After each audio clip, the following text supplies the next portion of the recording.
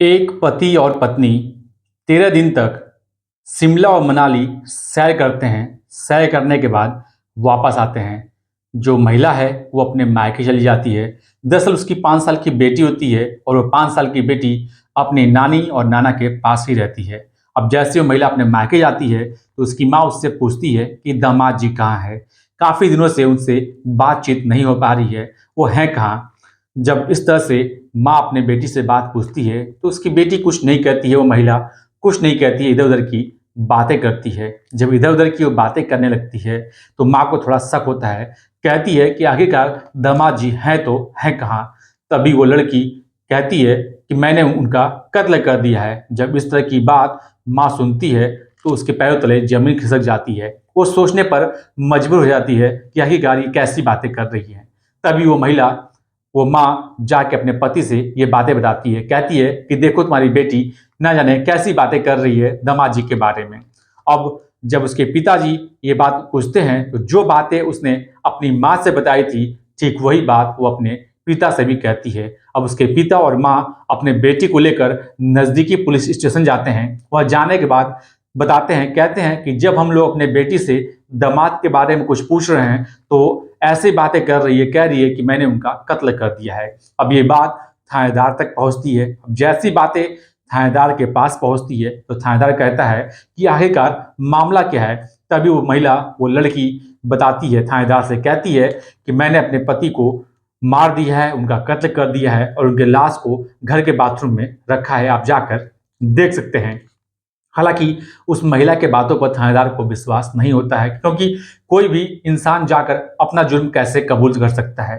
तभी वो 2 सिपाही को उसके घर पर भेजते हैं। वो दोनों सिपाही उसके घर पर जाते हैं। जाने के बाद जब घर में जाते हैं तो फिर बाथरूम में जाते हैं। जाकर देखते हैं तो बाथरूम बिल्कुल नीट एंड क्लीन था, साफ-सुथरा था, कहीं से कोई स्मेल नहीं आ रही थी, कोई भी ऐसी वस्तु दिखाई नहीं दे रही थी।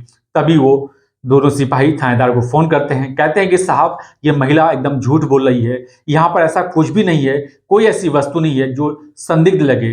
तभी वो महिला कहती है कि बाथरूम में एक ड्रम रखा हुआ है, उसी ड्रम में लाश है। जब सिपाही उस ड्रम को देखते हैं तो ड्रम पूरी तरह से सीमेंट से पैक था। वो कहते हैं ये तो पूरा सीमेंट से पैक है।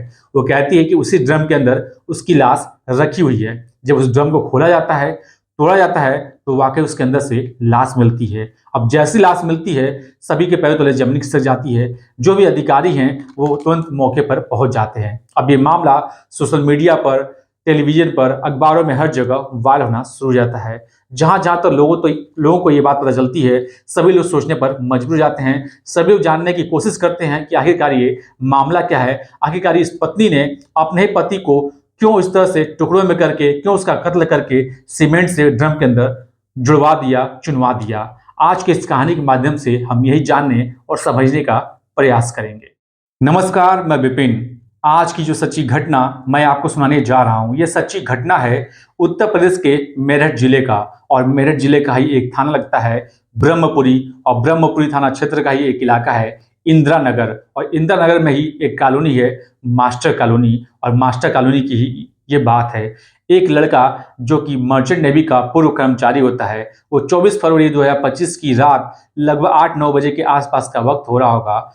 वो अपने अचानक से लंदन से वो अपने घर पर आता है। दरअसल 25 फरवरी को उसके पत्नी का जन्मदिन था। साथ ही 3 दिन बाद यानी कि 28 फरवरी 2025 को उसके बेटी का जन्मदिन होता है। जैसे ही वो अचानक लंदन से अपने घर में दस्तक देता है तो घर वाले उसको देखकर एकदम से खुश हो जाते हैं। अब सभी के सभी चेहरों पर खुशी हो जाती है। अब वो अपने पत्नी का अगला दिन वो अपने पत्नी का बर्थडे मनाता है, फिर 3 दिन बाद अपनी बेटी का बर्थडे सेलिब्रेट करता है।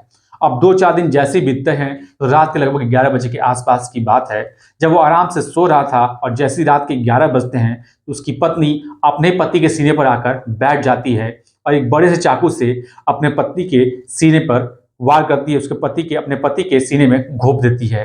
अब जैसे ही चाकू उसके सीने में जाता है तो उसकी चीखें निकल जाती हैं, लेकिन वो उसका विरोध नहीं कर पाता है, क्योंकि उसकी पत्नी ने पहले ही यानी कि जो वो खाना खाया था उस खाने में कुछ नशीला पदार्थ मिला दिया गया था। इस वजह से वो विरोध नहीं कर पाता है। पैर हिलाने की कोशिश तो कर रहा था, लेकिन किसी ने उसका पैर भी पकड़ लिया था। अब जिसने उसका पैर पकड़ा था वो चाकू अपने हाथ में ले लेता है, और जो अपने हाथ में चाकू लिया हुआ था वो उसके हाथ और पैर दोनों को पकड़ लेता है।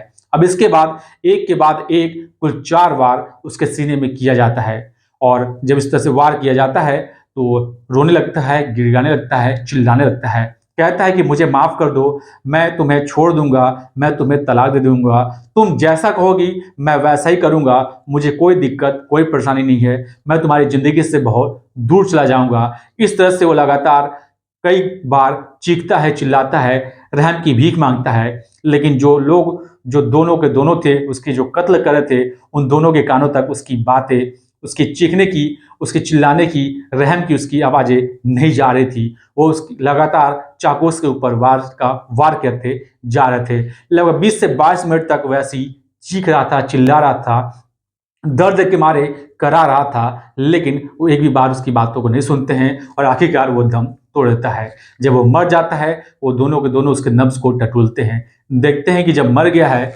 तो इसके बाद जो उसकी पत्नी थी, जिसका नाम मुस्कान रस्तोगी होता है, जिसकी उम्र लगभग 26 साल के आसपास होती है, वो अपने प्रेमी से बातचीत करती है। कहती है कि अब इसके लाश को कैसे ठिकाने लगाया जाए। तब उसका प्रेमी कहता है कि परेशान होने वाली कोई बात नहीं है, मेरे पास पॉलीथीन रखा है, उस पॉलीथीन में इसके लाश के टुकड़ों को करेंगे और शहर के अलग-अलग हिस्सों में ले आकर फेंक देंगे। अब जैसी ये बात आती है, तो जो उसकी पत्नी थी मुस्कान, वो कहती है कि अगर तुम बार-बार घर से बाहर जाओगे, तो जो एरिया है, जो कॉलोनी है, वहाँ पे कैमरे लगे होंगे और तुम कैमरे की नज़र में आ जाओगे, पकड़े जाओगे। इसलिए वो रात में बैठकर सोचते हैं और रात में फिर पूरी रात उस शव को, उस शरीर को लेके बाथरूम में जाते हैं और उसके टोटल 15 टुकड़े करते हैं। अब उस शव से जो ब्लड बह रहा था, वो बाथरूम से होते हुए नाली के रास्ते बाहर निकल जाता है। अब अगला दिन निकलता है, यानी कि 5 मार्च 2025 की बात है। अब जो उसका प्रेमी था, वो बाजार जाता है, बाजार से सीमेंट खरीदता है, साथ ही बालू खरीदता है और एक बड़ा सा ड्रम खरीद कर लेकर आता है। लाने के बाद बाथरूम में रख देता है। हालांकि जो उसके शरीर के टुकड़े थे, जो 100 के टुकड़े थे, वो पहले से ही पॉलीथीन में पैक होते हैं। उन पॉलीथीन के साथ उसके 100 को ड्रम के अंदर डाल देता है। इसके बाद सीमेंट और बालू का घोल बनाकर उस ड्रम में भर देता है, यानी ड्रम को पूरी तरह से सीमेंट बालू से जाम कर देता है। इसके बाद उसका प्रेमी एक प्लान बनाता है, कहता है कि क्यों ना हम लोग चलते हैं कहीं घूमने के लिए। अब वो दोनों के दोनों शिमला जाते हैं घूमने के लिए। जो उसकी पत्नी होती है, जो मुस्कान रस्तोगी थी, वो मोहल्ले में, कॉलोनी में अब आस-पास लोगों से कह के जाती है कि वो अपने पति के साथ शिमला जा रही है घूमने के लिए, इसके बाद मनाली घूमने जाएगी। इसके बाद वो दोनों के दोनों घूम-घाम कर वापस आते हैं। जो प्रेमी था, वो अपने रास्ते चला जाता है और जो पत्नी थी, जो मुस्कान थी, वो अपने मायके चली जाती है। दरअसल वो ब्रह्मपुरी कॉलोनी का ही एक इलाका है, गौरीपुरा, वहीं पे उसका मायके था। वो अपने माँ के पास चली जाती है। अब जैसे ही वो अपने माँ के पास, यानी कि मायके जाती है, तो माँ उसकी पूछती है कि दामाद जी कहाँ हैं? उनसे बहुत दिनों से बातचीत नहीं हो पाई है, आखिरकार वो है कहाँ, क्या बात है? उसकी जो बेटी होती है, वो कुछ बोलने की स्थिति में नहीं होती है, सही से बातचीत नहीं करती है। तब उसकी माँ बार-बार जब पूछती है, तो गुस्से में वो महिला, उसकी बेटी कहती है कि मैंने उसका कत्ल कर दिया है। जब इस तरह की वो बातें करती है, तो माँ थोड़ा-सा सोचने लगती है कि आखिरकार ये कैसी बातें कर रही है। तभी उसकी माँ अपने पति के पास जाती है और जाकर कहती है कि देखो, ये तुम्हारी बेटी कैसे इधर-उधर की बातें कर रही है, दामाद जी के बारे में बातें कर रही है। अब उसके पिता उससे पूछते हैं, तो वही बातें जो अपने माँ को बताई थी, सेम वही बातें अपने पिता को भी बताती है। अब उसके पिता और माँ अपने बेटी को लेकर ब्रह्मपुरी थाने पहुँचते हैं और जाने के बाद कहते हैं कि मेरी बेटी दामाद जी के साथ ऐसा-ऐसा कर दी है और ये सारी बातें बता रही है। जब थानेदार को ये बात पता चलती है, तो थानेदार को हालांकि विश्वास होता नहीं है। वो उसके घर पर 2 सिपाही भेजते हैं कि महिला सच बोल रही है कि झूठ बोल रही है। जब वो दोनों सिपाही उसके घर पर जाते हैं, जाकर दरवाज़ा खोलते हैं, घर के अंदर एंटर करते हैं, जब बाथरूम में जाते हैं, तो फ़ोन करके थानेदार को बताते हैं। कहते हैं कि साहब, ये महिला झूठ बोल रही है, बाथरूम घर तो बिल्कुल साफ-सुथरा है, कोई दिक्कत, कोई परेशानी नहीं है, कोई स्मेल नहीं है, कहीं भी किसी का लाश नहीं दिखाई दे रहा है। सिर्फ़ है तो यहाँ बाथरूम में एक ड्रम रखा हुआ, भी बड़ा-सा ड्रम है, जो कि पूरी तरह से सीमेंट से पैक है। जब इस तरह से बातें बताई जाती हैं, तो थानेदार उस महिला से कहता है, वहाँ तो ऐसा कुछ भी नहीं है। तभी वो महिला कहती है कि जो ड्रम रखा हुआ है, उसी ड्रम के अंदर पति की मैंने लाश रखी है, टुकड़े में करके। जब उस ड्रम को तोड़ा जाता है, खोला जाता है, तो वाक़ई उसके अंदर से लाश मिलती है। अब जैसे लाश मिलती है, यहाँ पर बड़े-बड़े अधिकारी पहुँच जाते हैं और ये मामला, ये खबर टीवी चैनल पे, अखबारों पे, सोशल मीडिया पे बहुत तेज़ी के साथ वायरल होने लगता है। जहाँ-जहाँ तक खबर ये पहुँचती है, सभी लोग ये सोचते हैं कि आखिरकार ये कैसी महिला है जिसने अपने ही पति को ड्रम में सीमेंट के अंदर चुनवा दिया है। दरअसल इस कहानी की शुरुआत होती है 2015 में। एक लड़का होता है जिसका नाम सौरभ राजपूत होता है। इसके पिताजी का नाम मुन्ना लाल होता है, जो कि इंडियन ऑयल कंपनी से रिटायर्ड कर्मचारी होते हैं। इनके 3 बच्चे होते हैं। पहला बच्चा जिसका नाम बबलू होता है, दूसरा बेटा जिनका नाम सौरभ राजपूत होता है, और तीसरी जो थी वो बेटी होती है जिसका नाम शिवानी होता है। साल 2015 में सौरभ राजपूत यानी कि दूसरा बेटा बीटेक का छात्र होता है। इससे कुछ दोस्त जो थे वो शास्त्र कोठी के पास रहते थे। ये अक्सर अपने दोस्तों से मिलने के लिए वहाँ जाया करता था। एक दिन ऐसे ही जब अपने दोस्तों से मिलने के लिए जा रहा था, तो एक दुकान पर एक लड़की खड़ी थी जो देखने में बेहद खूबसूरत होती है। इसकी नज़र उस लड़की पर पड़ जाती है। अब ये उस लड़की को देखता है, लड़की इसको देखती है। दोनों एक दूसरे को देखते हैं और एक दूसरे को देखने में पहली नज़र में एक दूसरे से प्यार हो जाता है, और पहली मुलाकात में ही ये दोनों नंबर का आदान प्रदान कर लेते हैं। अब जब भी इन दोनों को मौका मिलता था या एक दूसरे से बहुत सारी बातें किया करते थे। बात करते करते कब 7-8 महीने का समय बीत जाता है पता ही नहीं चलता है। एक दिन ये जो लड़का है सौरभ राजपूत अपने परिवार में, अपने घर में अपने पिता से कहता है कि एक लड़की जिसका नाम मुस्कान रस्तोगी है, वो बगल के ही इलाके में रहती है, वो उससे शादी करना चाहता है। अब जैसे उसके पिता को ये बात पता चलती है, वो साफ साफ इनकार कर देते हैं। कहते हैं कि शादी होगी तो अपने कास्ट में होगी, नहीं तो नहीं होगी। उधर जो लड़की के घर वाले होते हैं वो भी ऐतराज करते हैं क्योंकि अलग कास्ट होता है। लेकिन लड़के और लड़की दोनों जिद पर अड़ जाते हैं, बोलते हैं शादी करेंगे तो एक दूसरे से करेंगे वरना नहीं करेंगे। आखिरकार साल 2016 में दोनों की शादी होती है। सब कुछ ठीक ठाक चल रहा था। उसी साल में सौरभ राजपूत की मर्चेंट नेवी में लंदन के अंदर नौकरी लग जाती है। अब ये नौकरी पे चला जाता है। लगभग 1 साल का वक्त अभी बीता था, सब कुछ पटरी पर आ ही रहा था कि 1 साल बाद ही घर में कलेश होने लगता है। अब वो सौरभ अपनी नौकरी छोड़ के घर पे चला आता है। अपने पत्नी को यानी कि मुस्कान रस्तोगी को लेकर अलग रहने लगता है, अकेले रहने लगता है। अब आसपास किसी दुकान पे वो काम करने लगता है। इसके बाद जैसे वक्त आगे बढ़ रहा था, साल 2019 में इसको एक बेटी पैदा होती है जिसका नाम ये दोनों पीहू रखते हैं। अब वक्त आगे जैसे आगे बढ़ रहा था, इसके बाद साल 2020 में इसको फिर से लंदन के एक मॉल में नौकरी लगती है सेल्स मैनेजर की। अब वो वहाँ पे काम करने लगता है। इसके बाद धीरे धीरे अब इसकी जो पत्नी थी वो अकेले रहने लगती है। जो बेटी थी वो अक्सर अपने नाना के पास रहती थी, क्योंकि नाना और नानी उसके बेटी को बहुत ही ज़्यादा प्यार करते थे, वो भी उनको बहुत ज़्यादा मानती थी। अब ये जो उसकी पत्नी थी जब अकेले रहती थी तो चंद कदम की दूरी पर ही एक लड़का था जिसका नाम साहिल शुक्ला होता है, जो कि पेशे से सीए था। अब इन दोनों की आंखें कब नैनाचार हो जाती है पता नहीं चलता है। एक दूसरे से दोनों प्यार करने लगते हैं। अब साहिल शुक्ला को जब भी मौका मिलता था या मुस्कान को जब भी मौका मिलता था, वो साहिल को अपने घर पे बुला लिया करती थी। साहिल को जब भी मौका मिलता था वो उसके घर पे चल जाया करता था। दोनों पति पत्नी की तरह ऐसे ही रहा करते थे। अब जैसे ही वक्त आगे बढ़ रहा था, साल 2023 की बात है। एक दिन सौरभ जो है लंदन से अपने घर वापस आ जाता है और ऐसे ही बैठ कर अपने पत्नी का मोबाइल देख रहा था, तो देखता है कि ये साहिल शुक्ला से कितनी ज़्यादा बातें करती थी, कितनी ज़्यादा चैटिंग करती थी। हालांकि जो सौरभ है वो ऐतराज करता है, लेकिन जो मुस्कान उसकी पत्नी थी वो साफ साफ कह देती है कि वो साहिल के साथ रहना चाहती है, वो उससे तलाक चाहती है, उसके साथ नहीं रहेगी। लेकिन जो सौरभ होता है वो तलाक देना नहीं चाहता, साफ साफ मना कर देता, कहता है कि वो उसको तलाक नहीं देगा।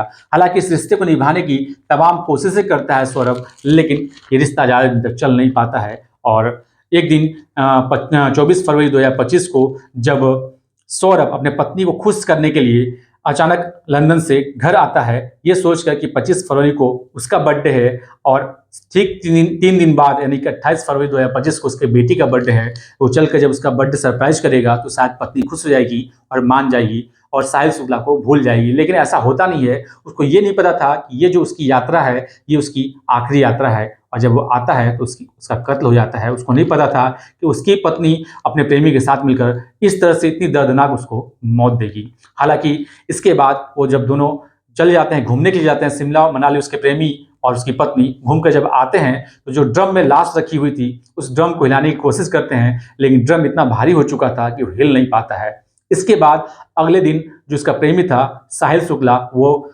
मार्केट जाता है, बाजार जाता है और बाजार से कुछ मजदूरों को पकड़ के ले जाता है। कहता है कि एक भारी सी वस्तु है, भारी सा ड्रम है, उसको उठाकर टोटो में रखना है, साथ में टोटो भी लेकर आता है। लेकिन मजदूर और उसकी प्रेमिका और वो प्रेमी सब मिलकर उस ड्रम को तब भी हिला नहीं पाते हैं। इसके बाद छोड़ देते हैं वो अपने घर चला जाता है और जो उसकी प्रेमिका है मुस्कान, वो अपने मायके चली जाती है। जब मायके जाती है, सारी बातें खुलकर सामने आती है। इसके बाद पुलिस उन दोनों को गिरफ्तार कर लेती है। दोस्तों, इस पूरे घटनाक्रम को सुनाने का उद्देश्य किसी को परेशान करना नहीं है, किसी का दिल दुखाना नहीं, बल्कि आपको सचेत करना है, आपको जागरूक करना है, आपको बताना है कि अगर वो अपने पत्नी को तलाक दे दिया होता तो शायद आज वो जिंदा होता, इस तरह से उसकी दर्दनाक मौत नहीं हुई होती। आज के लिए बस इतना ही। मिलते हैं आपसे एक नई सच्ची घटना के साथ। जय हिंद, जय भारत, नमस्कार।